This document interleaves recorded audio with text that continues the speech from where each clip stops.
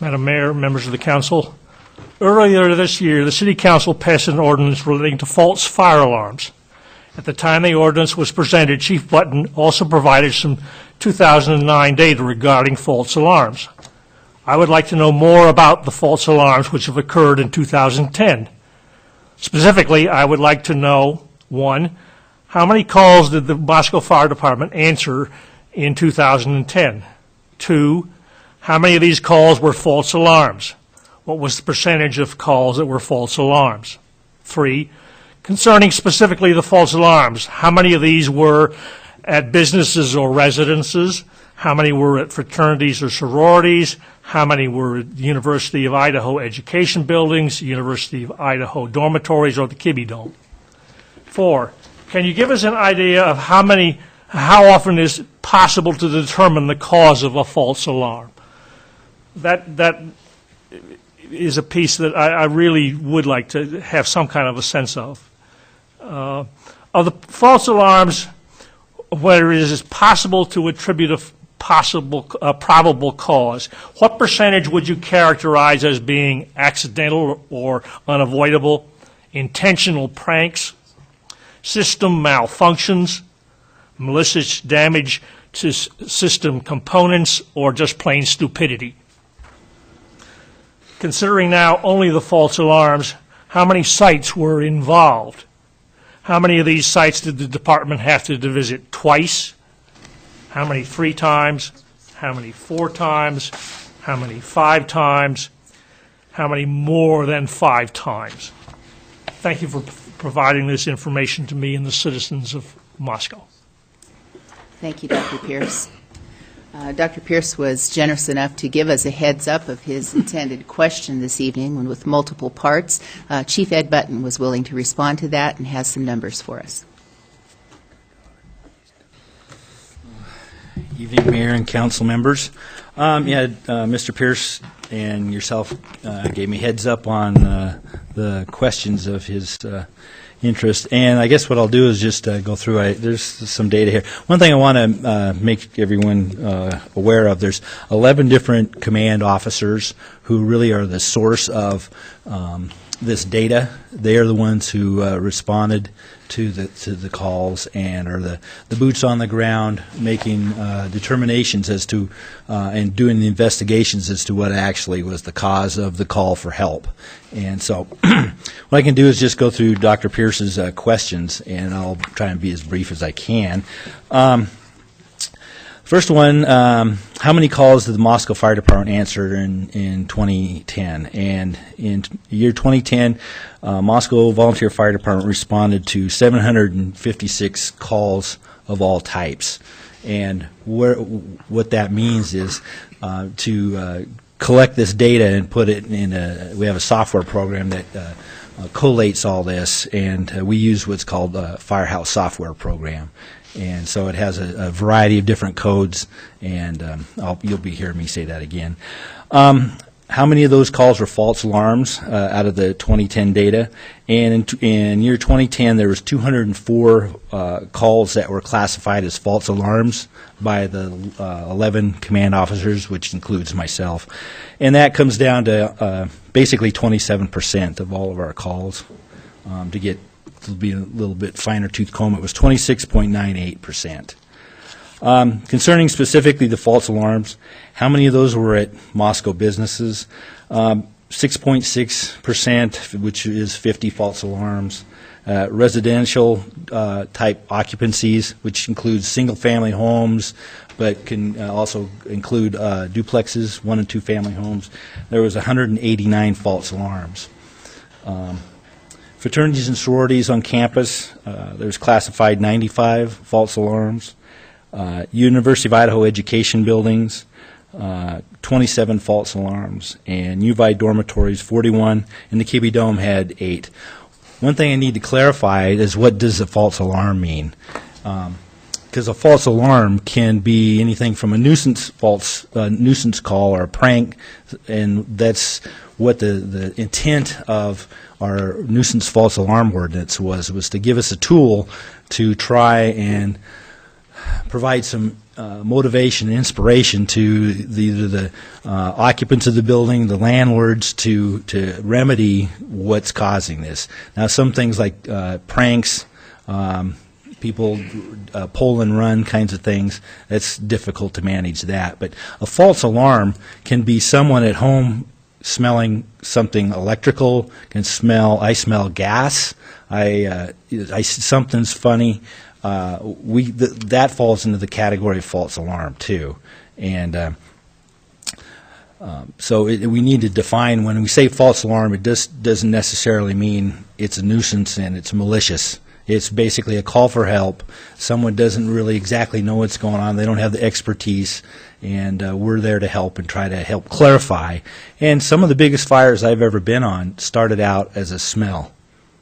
A little bit of smoke coming out of an electrical outlet, and then you have a 12 or 14-hour day starting with that. But also, can you give us an idea of how often it is possible to determine probable cause of a false alarm? And sitting at my desk trying to come up with a response for this, I think I'll just basically read what I wrote down here.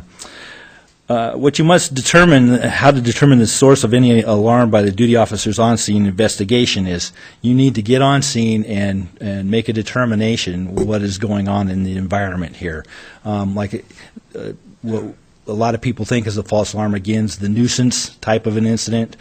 Somebody's standing underneath a smoke detector with hairspray, or they shoot off a dry chemical fire extinguisher, or the water balloon fight in the middle of the hallway, things like that. But the boots on the ground, the fire command officer is the one that's there doing a little bit of detective work and trying to figure out what's going on. So. But most of the time you can determine the possible cause of a false alarm with the information supplied by, one, WITCOM, our dispatch center. What was the call for help from our radio dispatch? Also, information available on the building's fire alarm system, computerized memory. These are all basically computers systems with a central location, a CPU, and they have memories that you can get feedback from as to what floor it is, what zone is it a pull station, is it a smoke detector, is it a water flow device like a sprinkler that's causing this alarm to go off. So you can get in a larger building, they're so big, you walk in the front door, you can't tell sometimes until you go to the alarm panel and read what the display is telling you. So where am I at? Visible activation of a smoke detector. A lot of smoke detectors, they have a small LED light on it. You can tell which one activated the alarm system. So also by your investigation, what else went on in the environment around that. So a little bit of detective work kinds of things. Pull stations where they pulled, interviewing the building occupants. What's going on here? Is it a dance? Is there a party? Things like that. So, how often is it possible to determine a probable cause of a fire alarm? Most of the time you can. Once in a while you can't. Sometimes you'll go in there and I don't know what caused it. A gremlin, things like that. And in our malicious false alarm ordinance, we intended it to have a lot of freedom to not so much punish, but let's evaluate it. Myself and my fire marshal, I'm using that, and the context is we're the first line filters. What was really going on here? Does it deserve to have like a citation written up on this kind of a thing? So a lot of detective work, a lot of subjective things. There are some objective things, but a lot of subjective things go into this. Okay. Of the false alarms where it's possible to attribute a possible cause, what percentage would you characterize as being accidental or unavoidable, intentional pranks, system malfunctions, malicious damage to system components, stupidity? You heard me mention coding. We have 16 different codes that go from false alarm, false call other, through malicious types of things, and the source of these descriptions comes from the 11 command officers who, when they fill out their report, they have these 16 different types of choices to make, like smoke detection, activation due to malfunction, heat detector, and unintentional transmission of alarm other. So to be somewhat brief, this data is available, and It's all broken out here, but it's a little subjective, and so it is possible to attribute a probable cause, but it needs to do a little detective work. Stop me too if you have any questions. Just a question. You said it's available. Would you tell the public where? Yeah, please? for me.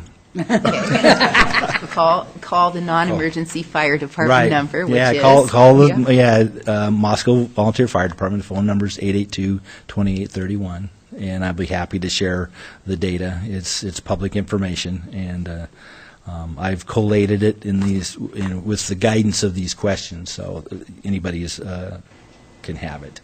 Question number 6 was, considering not only the false alarm, how many sites were involved? Okay, in 2010 there was 204 false alarms, as I mentioned. I went through our records and came up with 40 addresses with 2 or more false alarms, and so that left us with 164 addresses with single false alarms. And again, remember, what is a false alarm? Well, it's a call for help, and it could be automated, could be malicious. A lot of them are somebody has a genuine concern, something is scaring them, and they need some expertise to come and unravel what's going on.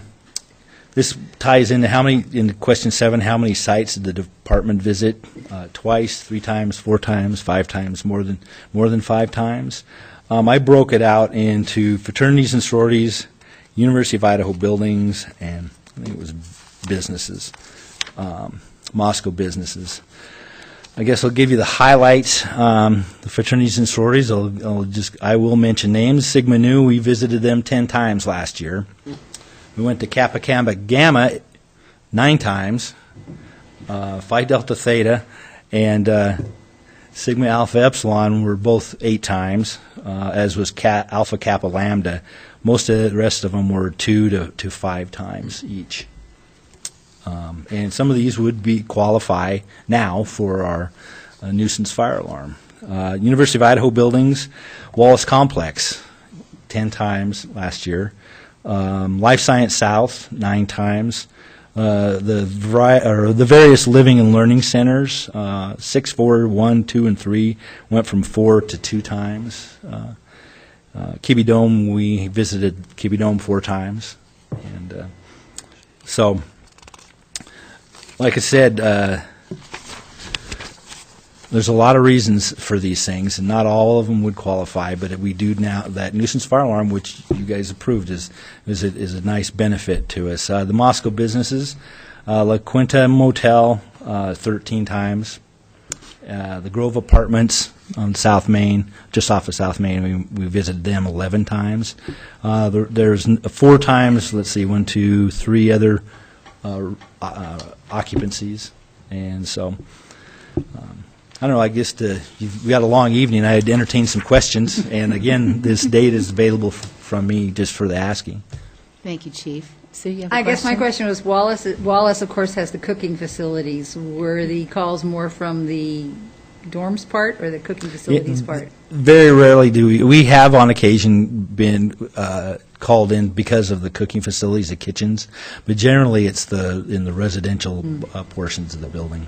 A lot of times it's popcorn, things like that. It could be, the water balloon flight, hairspray, things like that. And those, some of these numbers, like the fraternities and sororities, are probably, there's a good chance they're going to remain somewhat consistent over the years because the populations that occupy these buildings have a turnover, so there's fresh offenders. So, Walter? Chief, I remember when I was liaison with the fire department, I remember going over to the U of I to one of the calls that turned out to be a false alarm. But I don't know how you write a ticket to a bunch of bugs that had made a home in a smoke detector or something like that. So there's that as well. Would you, if you don't mind, I don't want to belabor this, but go back to your original list of the number of times the different types of places were visited? Okay, like just businesses, rattle those residents. off again, because I can't get that to add up to 204, and we'll do this another day, but just to get my numbers right. Yeah, and that data came from, but Moscow businesses, 50 false alarms, Residentials, it was 1 or 2 family dwellings, 189. Fraternities and sororities, 95. U of I education buildings, 27. U of I dormitories, 41. And Kibbe Dome, 8. Yeah, that's a lot more than 204. Either Yeah. there's double counting or something, and we'll talk about it later. Okay. Other questions or comments for the chief? Did we get it, Dr. Pierce? Very good. Thank you. We appreciate your. Yeah, like I said, I'm always, parting comment, yeah, I'm always available to, if you have questions about any of this.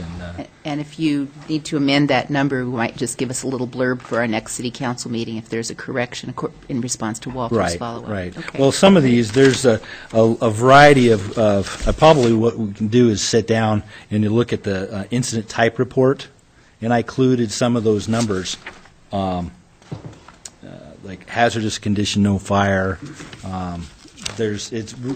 Our software program really provides a big breakdown in this coding, and so I think that's where some of that's coming from. Okay. So, Thank you. you bet. Thank you. We appreciate the thoroughness of your response.